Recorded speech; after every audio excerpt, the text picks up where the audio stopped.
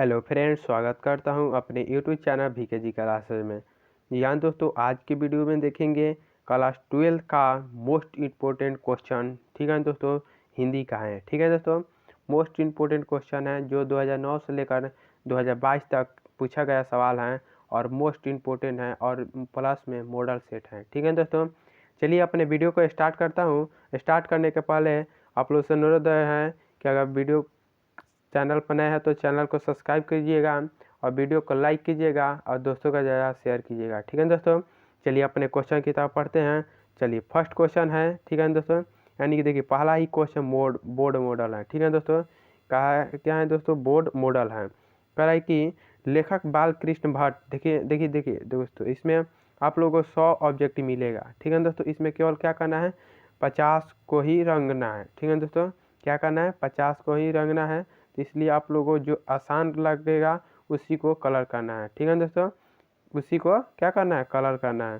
तो अपने चलिए वीडियो के पहला ही क्वेश्चन कह रहा है कि लेखक बालकृष्ण भट्ट को का 2 खंडों में एक निबंध संग्रह प्रकाशित किया था, उनका नाम क्या है। तो उसको क्या कहते हैं दोस्तों, भट्ट निबंध माला, यानी कि सी नंबर ही करेक्ट आंसर हो जाएगा।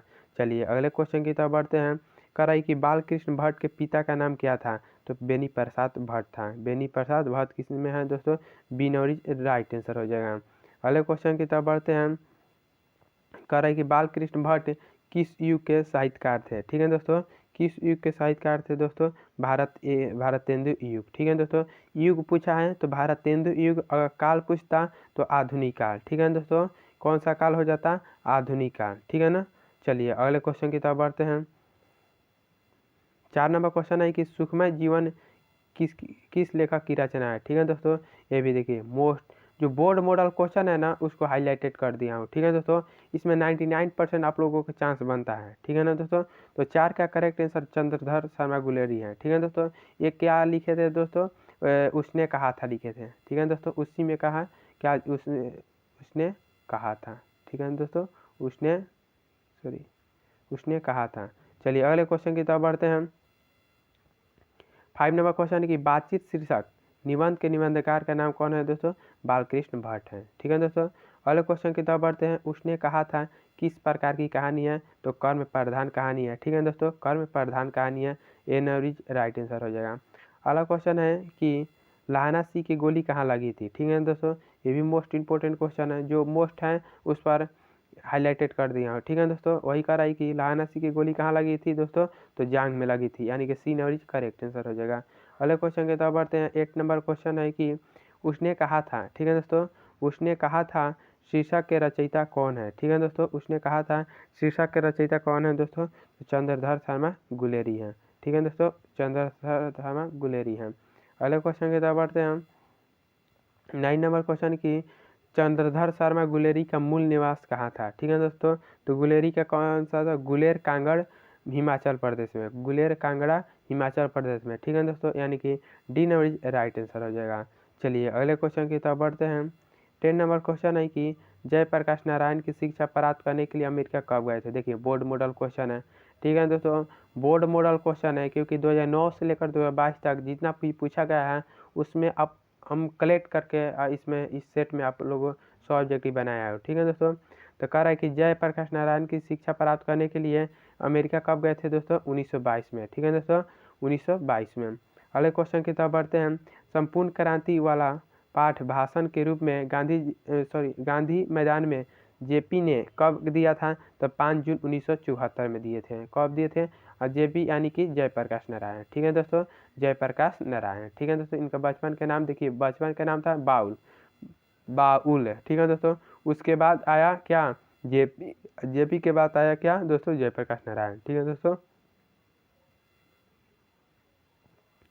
संपूर्ण क्रांति शीर्षक भाषण किसने दिया था, तो जयप्रकाश नारायण ने दिए थे। अगला क्वेश्चन है कि बिहार के छात्र आंदोलन का जेपी के कब नेतृत्व किया दोस्तों, 1974 में किए थे। ठीक है दोस्तों, अगले क्वेश्चन की तरफ बढ़ते हैं। देखिए ये भी मोस्ट इंपोर्टेंट क्वेश्चन है। ठीक है दोस्तों, ये भी मोस्ट इंपोर्टेंट क्वेश्चन है, इसको मिस मत कीजिएगा। ठीक है दोस्तों, ये भी मोस्ट इंपोर्टेंट क्वेश्चन है। कह रहा है कि जयप्रकाश नारायण ने राजनीति में करप्शन का कारण किसने बताया था, तो चुनाव का अधिक खर्चा होता है, इसी को करप्शन का कारण बताए थे। ठीक है दोस्तों, यानी कि ए नंबर करेक्ट आंसर हो जाएगा। अगला क्वेश्चन है कि अर्धनारीश्वर कल्पित रूप है, ठीक है दोस्तों। तो अर्धनारीश्वर किस कल्पित रूप है दोस्तों? शंकर और पार्वती का, ठीक है दोस्तों, यानी कि बी नंबर करेक्ट आंसर हो जाएगा। अगले क्वेश्चन की तरफ बढ़ते हैं।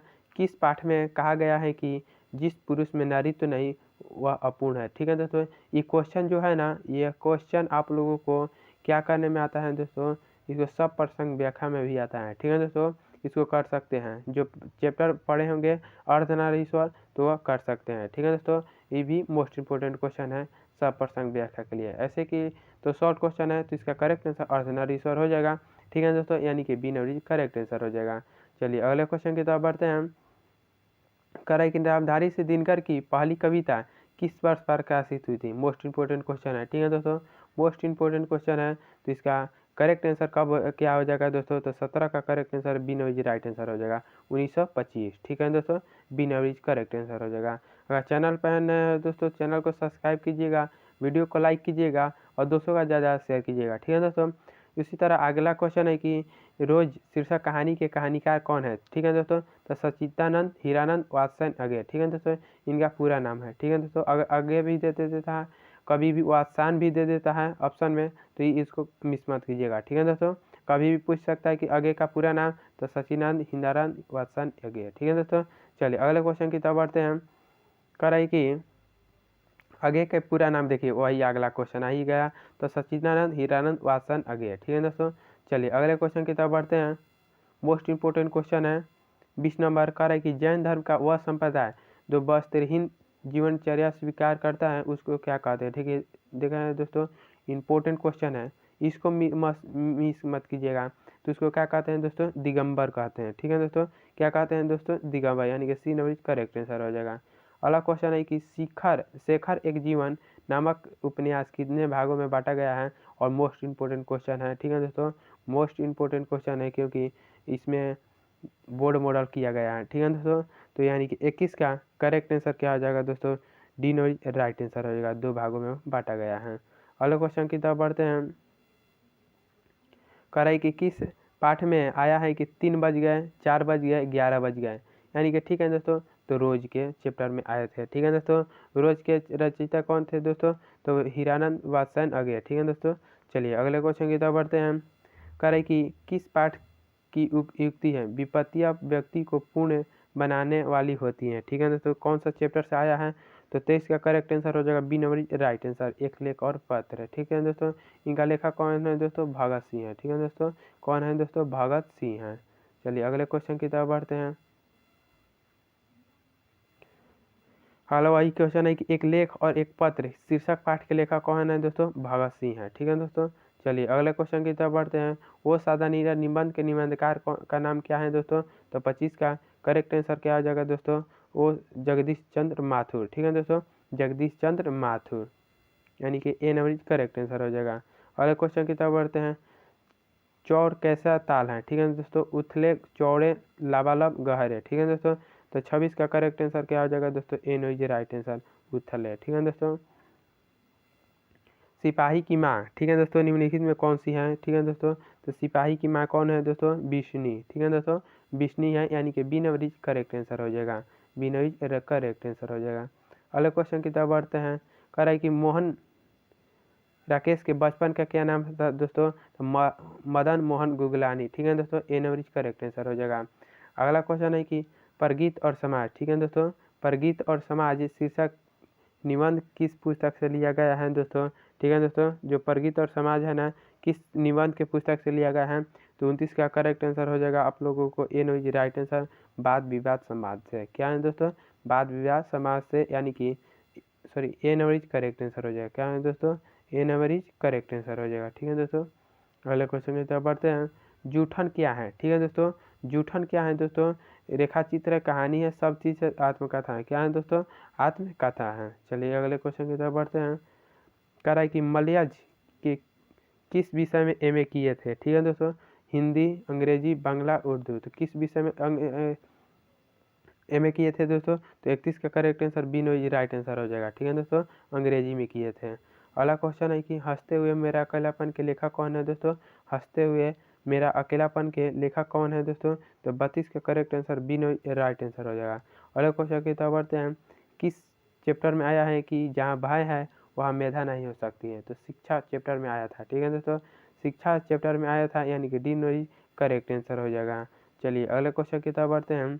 कह रहा है कि रस्सी का टुकड़ा शीर्षक पाठ में बटुआ लौटने वाले को कितने इनाम घोषणा की गई थी? ठीक है दोस्तों, देखिए 2023 के लिए द मोस्ट इम्पोर्टेंट क्वेश्चन है। ठीक है दोस्तों, 7 तारीख का जो एग्जाम होने वाला है उसके लिए इतना इम्पोर्टेंट है, कह नहीं सकते हैं। तो 34 का करेक्ट आंसर हो जाएगा सी राइट आंसर है।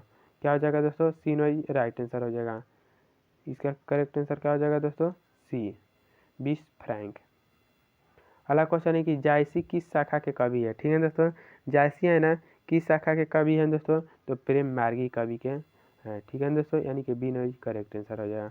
अगला क्वेश्चन है कि मलिक मुआ जायसी के निवास स्थान कहाँ थे? ठीक है दोस्तों, तो जायस कब्र अमेठी लाहौर, जायस कब्र हरियाणा, जायस कब्र अमेठी मध्य प्रदेश, जायस कब्र अमेठी उत्तर प्रदेश। देखिए जो जगह मेन है ना, उत्तर प्रदेश है, मध्य प्रदेश है, हरियाणा है और लाहौर, इसी में की जायस कब्र अमेठी एक ही है। ठीक है दोस्तों, सब में ऑप्शन है।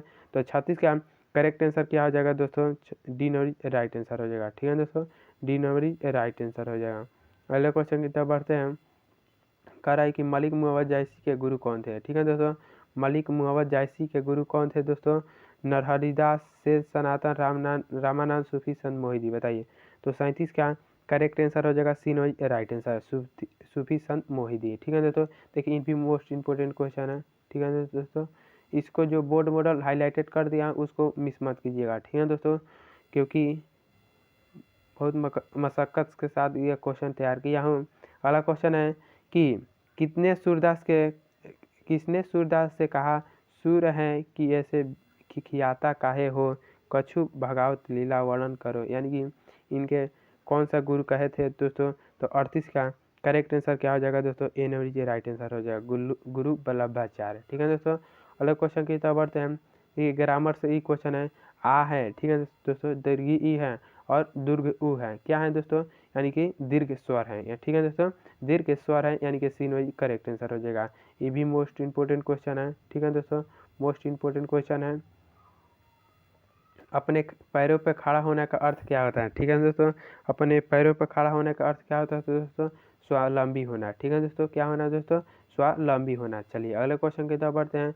गाल बजाना यानी कि मुहावरे का क्या अर्थ होता है दोस्तों? गाल बजाना का मुहावरे का अर्थ होता है दोस्तों डींग हाँकना। ठीक है दोस्तों, डींग हाँकना। जी चुराना का क्या अर्थ होता है दोस्तों? तो 42 का correct answer B right answer. ठीक है दोस्तों, बी राइट आंसर क्या हो जाएगा दोस्तों? किसी काम से भागना। ठीक है दोस्तों, जी चुराना। चलिए अगले क्वेश्चन की तरफ बढ़ते हैं। ईंट का पत्थर होने का ईंट का जवाब पत्थर से देना यानी कि मुहावरे का अर्थ क्या होगा दोस्तों? किसी की दुष्टता का करारा जवाब देना। ठीक है दोस्तों, किसी की दुष्टता का करारा जवाब देना यानी कि ए करेक्ट आंसर हो जाएगा। अगला क्वेश्चन है कि मुक्ताक्षर की अंतिम ध्वनि क्या होती है? ठीक है दोस्तों, मुक्ताक्षर की अंतिम ध्वनि क्या होती है दोस्तों? 44 का correct answer D right answer हो जाएगा स्वर। ठीक है दोस्तों, ये भी मोस्ट इंपोर्टेंट क्वेश्चन है। ठीक है दोस्तों, 2023 के लिए मुक्ताक्षर की अंतिम ध्वनि क्या है दोस्तों? उसको क्या बोलते हैं? स्वर बोलते हैं। अगले क्वेश्चन की तरफ बढ़ते हैं।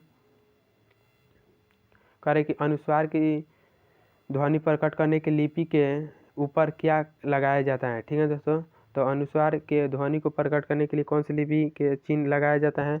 ये भी मोस्ट इंपोर्टेंट क्वेश्चन है। ठीक है दोस्तों, मोस्ट इंपोर्टेंट क्वेश्चन है। तो इसका करेक्ट आंसर क्या हो जाएगा दोस्तों? बी राइट आंसर, बिंदु। ठीक है दोस्तों, चलिए अगले क्वेश्चन की तरफ बढ़ते हैं। धरती का विलोम क्या होगा? ठीक है दोस्तों, तो धरती का विलोम क्या होगा दोस्तों? आकाश हो जाएगा। ठीक है दोस्तों, चलिए अगले क्वेश्चन की तरफ बढ़ते हैं। आय शब्द का विलोम क्या है दोस्तों? व्यय हो जाता है। ठीक है दोस्तों, बी करेक्ट आंसर हो जाएगा। अगला क्वेश्चन है कि आरंभ का विलोम क्या होगा दोस्तों? आराम किए तो खत्म भी होगा ना, तो अंत हो जाएगा। ठीक है दोस्तों, यानी कि ए करेक्ट आंसर हो जाएगा। अगले क्वेश्चन की तरफ बढ़ते हैं। अनादर का विलोम क्या होगा? ठीक है दोस्तों, अनादर का विलोम क्या होगा दोस्तों? तो 49 का करेक्ट सी राइट आंसर आदर। आदर का अनादर, अनादर का आदर। ठीक है दोस्तों, सुपर फास्ट में आप लोगों को डिस्कस करा रहा हूँ क्योंकि इसमें आप लोगों को टाइम नहीं ज़्यादा लेना चाहता हूँ। ठीक है दोस्तों, इसीलिए टिक मार कर आगे बढ़ता हूँ। ठीक है दोस्तों, चलिए अगले क्वेश्चन की तरफ बढ़ते हैं। क्योंकि इतना समय का आप लोगों का अभाव है इसलिए चलिए उन्नति का विलोम क्या है, ठीक है दोस्तों। उन्नति का विलोम क्या है दोस्तों, तो 50 का करेक्ट आंसर हो जाएगा सी नो राइट आंसर अवनति, ठीक है दोस्तों। ठ का उच्चारण स्थान क्या है दोस्तों, तो 51 का correct answer C no right answer मुर्दा हो जाएगा, मुद्रा मुर्दा मुर्दा। अगले क्वेश्चन की तरफ बढ़ते हैं, मोस्ट इंपोर्टेंट क्वेश्चन, ठीक है दोस्तों। तुलसीदास के दीक्षा गुरु का क्या नाम था, ठीक है दोस्तों। तुलसीदास के दीक्षा गुरु कौन थे दोस्तों, तो 52 का correct answer B no right answer हो जाएगा नरहरिदास, ठीक है दोस्तों। कौन है दोस्तों, नरहरिदास, और ये भी मोस्ट इंपोर्टेंट क्वेश्चन है, ठीक है दोस्तों। कविता वाली के रचनाकार कौन है, ठीक है दोस्तों। कविता वाली के रचनाकार कौन है दोस्तों, तो बी नो करेक्ट आंसर हो जाएगा तुलसीदास, ठीक है दोस्तों। अगला क्वेश्चन है कि नावादास किस युग के भक्त कवि थे, ठीक है दोस्तों। नावादास है ना किस युग के भक्त थे, तो 54 का करेक्ट आंसर क्या हो जाएगा दोस्तों, भक्ति काल के, ठीक है दोस्तों, यानी कि डी नरी करेक्ट आंसर हो जाएगा। 55 नंबर क्वेश्चन की तरफ बढ़ते हैं, और मोस्ट इंपोर्टेंट क्वेश्चन है कि भूषण की उपाधि किसने दी थी दोस्तों, राजा रुद्र शाह ने दी थी, यानी कि सी नो करेक्ट आंसर हो जाएगा। जयशंकर प्रसाद का जन्म कहाँ हुआ था दोस्तों, जयशंकर प्रसाद का जन्म कहाँ हुआ था तो दोस्तों वाराणसी में होता हुआ, यानी कि D no right answer Varanasi, ठीक है दोस्तों। अगला क्वेश्चन है कि पुत्र वियोग, ठीक है दोस्तों। शीर्षक कविता में सुबेदा कुमारी चौहान किस पुस्तक से ली गई है, तो मुकुल से ली गई है, ठीक है दोस्तों, यानी कि सी नो करेक्ट आंसर हो जाएगा। और पुत्र वियोग के रचनाकार कौन है दोस्तों, सुबेदा कुमारी चौहान है, ठीक है दोस्तों। इनका जन्म कब हुआ था दोस्तों, तो 1904 में हुआ था, ठीक है दोस्तों, 1904 में हुआ था। और इनके मृत्यु का जन्म था दोस्तों, ये जन्म है, और मृत्यु कब हुआ था दोस्तों, 1948 में हुआ था, ठीक है दोस्तों, 1948 में हुआ था। कैसे हुआ था दोस्तों, कार दुर्घटना के कारण इनकी मृत्यु हुई थी, ठीक है दोस्तों। चलिए अगले क्वेश्चन की तरफ बढ़ते हैं। जन जन का चेहरा एक कवि शीर्षक कविता के रचयिता कौन है दोस्तों, जन जन का चेहरा एक गजानन माधव मुक्ति बोर्ड, ठीक है दोस्तों, यानी कि ए नवीज करेक्ट आंसर हो जाएगा। अगला क्वेश्चन है कि अधिनायक शीर्षक कविता में पूर्व पश्चिम से कौन आते हैं दोस्तों, मोस्ट इंपोर्टेंट क्वेश्चन है, मोस्ट इंपोर्टेंट क्वेश्चन है, ठीक है दोस्तों, मोस्ट इंपोर्टेंट क्वेश्चन है, तो नंगे बुच्चे नर कंकाल, ठीक है दोस्तों, यानी कि ए नवीज करेक्ट आंसर हो जाएगा। क्या होगा दोस्तों, ए नवीज करेक्ट आंसर हो जाएगा। अगला क्वेश्चन है कि अधिनायक, ठीक है दोस्तों, शीर्षक कविता के कवि कौन है दोस्तों, तो अधिनायक के कौन है दोस्तों, रघुवीर सहाय हैं, ठीक है दोस्तों, रघुवीर सहाय हैं। चलिए अगले क्वेश्चन की तरफ बढ़ते हैं। कवि रघुवीर सहाय का जन्म कहाँ हुआ था दोस्तों, कवि रघुवीर सहाय का जन्म कहाँ हुआ था दोस्तों, लखनऊ उत्तर प्रदेश में, ठीक है दोस्तों, लखनऊ उत्तर प्रदेश में। अगले क्वेश्चन की तरफ बढ़ते हैं। कराई कि प्यारे नन्हे बेटे को कविता लोहा किसका प्रतीक है, ठीक है दोस्तों, किसका प्रतीक है दोस्तों, कर्म का है, ठीक है दोस्तों, कर्म का। अगले क्वेश्चन की ओर पढ़ते हैं। कह रहा है कि अगला क्वेश्चन कि प्यारे नन्हे बेटे को कविता किस संग्रह से ली गई है, तो 63 का करेक्ट आंसर क्या है दोस्तों, सब कुछ होना रह गया, ठीक है दोस्तों, सब कुछ होना बचा रहेगा, ठीक है दोस्तों। चलिए अगले क्वेश्चन की तरफ बढ़ते हैं, यानी कि बी नो राइट आंसर। कह रहा है कि खेत रहना का शाब्दिक अर्थ क्या होता है, ठीक है दोस्तों, खेत रहना का शाब्दिक अर्थ क्या होता है दोस्तों, यानी कि बी नो करेक्ट आंसर हो जाएगा मारा जाना, ठीक है दोस्तों। अगले क्वेश्चन की तरफ बढ़ते हैं। कह रहा है कि हार जीत कविता के कवि का नाम क्या है, ठीक है दोस्तों, हार जीत कविता के कवि के क्या नाम है दोस्तों, अशोक वाजपेयी, ठीक है दोस्तों, अशोक वाजपेयी, यानी कि बी नो करेक्ट आंसर हो जाएगा। अगले क्वेश्चन की तरफ बढ़ते हैं। गाँव का घर, ठीक है दोस्तों, गाँव का घर के कविता के कवि कौन है दोस्तों, तो ज्ञानेंद्र त्रिपाठी हैं, यानी कि ए नो करेक्ट आंसर हो जाएगा। अगले क्वेश्चन की तरफ बढ़ते हैं। हेनरी लोपेजी कहाँ के रहने वाले थे, ठीक है दोस्तों, हेनरी लोपेजी कहाँ के रहने वाले थे दोस्तों, तो 67 का करेक्ट आंसर हो जाएगा डी नो राइट आंसर, ठीक है दोस्तों, डी नो राइट आंसर। क्या हो जाएगा दोस्तों, Congo Uttar Pradesh Africa, Congo Africa, यानी कि कांगो कहाँ पर अफ्रीका में है, उसी को लिखा गया है, ठीक है दोस्तों, यानी कि डी नो करेक्ट आंसर हो जाएगा। अगले क्वेश्चन की तरफ बढ़ते हैं। कह रहा है कि वह लड़का, ठीक है दोस्तों, वह लड़का है ना किस विशेषण का उदाहरण है दोस्तों, तो नाम से लिया गया है ना दोस्तों, तो बताइए इसका क्या आंसर हो जाएगा, तो सार्वनामिक होगा कि गुणवाचक होगा, परिणामवाचक होगा, संख्यावाचक होगा, तो 68 का correct answer A no right answer होगा सार्वनामिक, ठीक है दोस्तों, ये भी मोस्ट इंपोर्टेंट क्वेश्चन है, ठीक है दोस्तों। अगले क्वेश्चन की तरफ बढ़ते हैं। कह रहे कि आत्मा का विशेषण क्या होगा, ठीक है दोस्तों, आत्मा का विशेषण क्या होगा दोस्तों, तो यहाँ पर 69 का करेक्ट आंसर क्या हो जाएगा दोस्तों, बी नो जी राइट आंसर, आत्मीय होता है। ठीक है दोस्तों, अगला क्वेश्चन है कि सार्वनामिक विशेषण कौन है। ठीक है दोस्तों, सार्वनामिक विशेषण कौन है दोस्तों, 70 का करेक्ट आंसर हो जाएगा डी नो जी राइट आंसर। ठीक है दोस्तों, ऐसा आदमी नहीं देखा। ठीक है दोस्तों, यानी कि सार्वनामिक विशेषण है। अगला क्वेश्चन है कि लोक का विशेषण क्या होता है। ठीक है दोस्तों, लोक का विशेषण क्या होता है दोस्तों, 71 का करेक्ट आंसर सी नो जी राइट आंसर। ठीक है दोस्तों, लौकिक होता है। क्या है दोस्तों, होता है लौकिक होता है।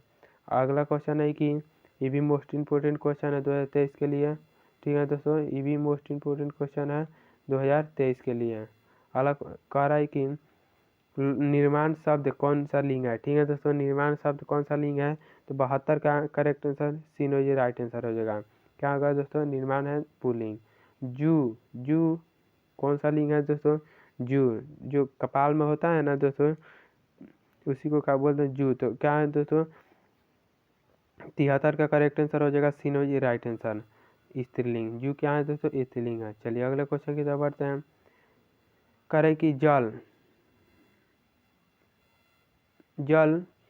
का निर्णय बताना है। ठीक है दोस्तों, जल का निर्णय क्या होगा दोस्तों, 74 का करेक्ट आंसर सी नो जी राइट आंसर, पुल्लिंग हो जाएगा। अगले क्वेश्चन की तरफ बढ़ते हैं। नाला शब्द का स्त्रीलिंग रूप क्या है। ठीक है दोस्तों, नाला का स्त्रीलिंग रूप क्या होगा दोस्तों, 75 का करेक्ट आंसर ए नो जी राइट आंसर हो जाएगा, नाली हो जाएगा। अगले क्वेश्चन की तरफ बढ़ते हैं। दल का लिंग निर्णय बताइए। ठीक है दोस्तों, दल का लिंग निर्णय बताना है तो 76 का करेक्ट आंसर बी नो जी राइट आंसर हो जाएगा, पुल्लिंग है। ठीक है दोस्तों, दल। अगला क्वेश्चन है कि धन शब्द का लिंग बताना है तो धन का क्या होगा दोस्तों, 77 का करेक्ट आंसर बी नो जी राइट आंसर हो जाएगा। क्या होगा दोस्तों, पुल्लिंग। ठीक है दोस्तों, उपवन में कौन सा उपसर्ग। ठीक है दोस्तों, जो आगे लग जाता है उसको क्या बोलते हैं तो दोस्तों, उपसर्ग जो अर्थ में बाद में लगता है उसको प्रत्यय कहते हैं। ठीक है दोस्तों, उपवन। तो उपवन में क्या होगा दोस्तों, ऊ हो जाएगा। ठीक है दोस्तों, क्या हो जाएगा, ऊ हो जाएगा, ए नो जी राइट आंसर हो जाएगा। अगला क्वेश्चन है कि भरपेट में कौन सा उपसर्ग है। ठीक है दोस्तों, भरपेट में कौन सा उपसर्ग है तो भार। ठीक है दोस्तों, भार यानी कि भार प्लस पेट यानी कि भरपेट हो जाएगा, यानी कि सी नो राइट आंसर हो जाएगा। अगला क्वेश्चन है कि आनंदित में कौन सा प्रत्यय है। ठीक है दोस्तों, आनंदित में कौन सा प्रत्यय है, ईत प्रत्यय है। ठीक है दोस्तों, अगले क्वेश्चन की तरफ बढ़ते हैं हम। चचेरा में कौन सा प्रत्यय है दोस्तों, प्रत्यय जो लास्ट में रहता है एरा हो जाएगा, यानी कि सी नो करेक्ट आंसर हो जाएगा। लड़का में कौन सा प्रत्यय है दोस्तों, बताइए, लड़का में कौन सा प्रत्यय है, तो आका हो जाएगा। ठीक है दोस्तों, क्या होगा दोस्तों, आका हो जाएगा, ये नंबर राइट आंसर हो जाएगा। अगला क्वेश्चन है कि भिंडित शब्द में प्रत्यय बताना है। ठीक है दोस्तों, भिंडित में प्रत्यय क्या होगा दोस्तों, त होगा, दंत होगा कि डड होगा, अंत होगा। ठीक है दोस्तों, तो 83 का करेक्ट आंसर क्या हो जाएगा दोस्तों, डी नो जी राइट आंसर हो जाएगा, यानी कि ये भी मोस्ट इम्पोर्टेंट है। ठीक है दोस्तों, जो मोस्ट इम्पोर्टेंट है 99% आने का चांस है उसको हाईलाइटेड कर दिया हो। ठीक है दोस्तों, इसको मिस मत कीजिएगा।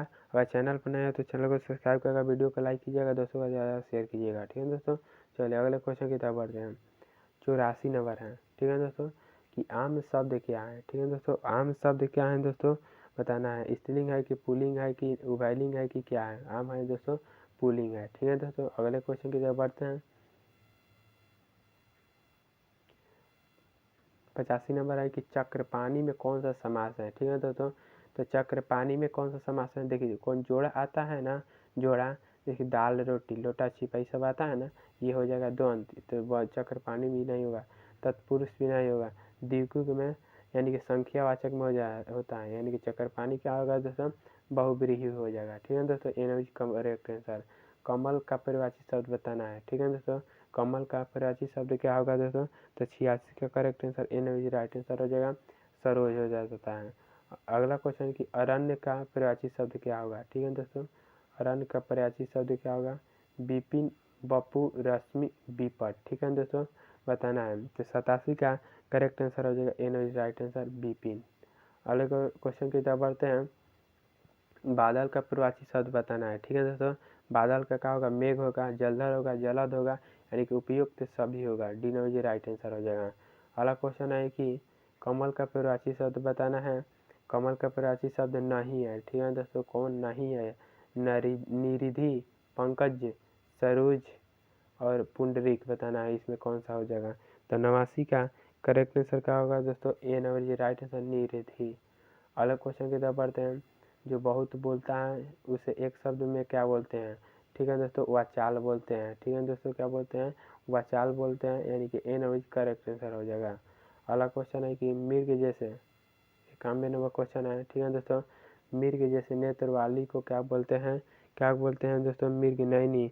ठीक है दोस्तों, यानी कि 91 का करेक्ट आंसर हो जाएगा ए नंबर राइट आंसर। अगला क्वेश्चन है कि तीव्र बुद्धि वालों को क्या बोलते हैं? तीव्र बुद्धि वालों को क्या बोलते हैं? बुद्धिमानी, आज्ञाकारी, समझदारी, कुशाग्र। क्या बोलते हैं दोस्तों? कुशाग्र बोलते हैं। ठीक है दोस्तों, 92 का करेक्ट आंसर ए नंबर ये राइट आंसर हो जाएगा। अगला क्वेश्चन है कि 93 नंबर पंचवटी कौन सा समास है? ठीक है दोस्तों, तो देखिए कौन बोले अभी कि द्वंद्व समास कौन होता है? जो जोड़ा में होता है। कर्मधारय तो नहीं होगा क्योंकि इस संख्यावाचक। पंच में क्या होगा? पंच यानी कि 5। ठीक है दोस्तों, 5 हो जाएगा ना दोस्तों। तो जो संख्या में होता है वो द्विगु होता है, यानी कि सी नंबर करेक्ट आंसर हो जाएगा, सी हो जाएगा। अगला क्वेश्चन की तरफ बढ़ते हैं। कह रहा है कि घनश्याम में कौन सा समास है? ठीक है दोस्तों, घनश्याम में कौन सा समास है? तो 94 का करेक्ट आंसर हो जाएगा ए नंबर राइट आंसर कर्मधारय हो जाएगा।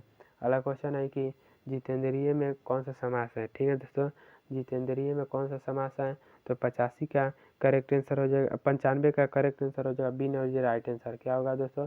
बहुव्रीहि हो जाएगा। ठीक है दोस्तों, अगले क्वेश्चन की तरफ बढ़ते हैं। कराई कि अंडे में जन्म लेने वाले को क्या बोलते हैं? ठीक है दोस्तों, अंडे में जन्म लेने वाले को क्या बोलते हैं? अंडज बोलते हैं, यानी कि ए नंबर करेक्ट आंसर हो जाएगा। अगला क्वेश्चन है कि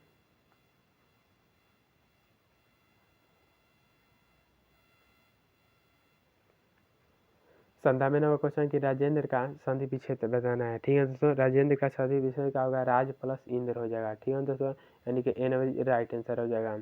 अगला क्वेश्चन की तरफ बढ़ते हैं। नयन का संधि विच्छेद बताना है। ठीक है दोस्तों, नयन का संधि विच्छेद बताना है। तो 98 का करेक्ट आंसर क्या हो जाएगा दोस्तों? ए नंबर राइट आंसर, ने प्लस अन हो जाएगा। अगला question 99 number most important question है कि हिमालय का संधि विच्छेद क्या होगा? ठीक है दोस्तों, तो हिम जोड़ आलय होता है। क्या होता है दोस्तों?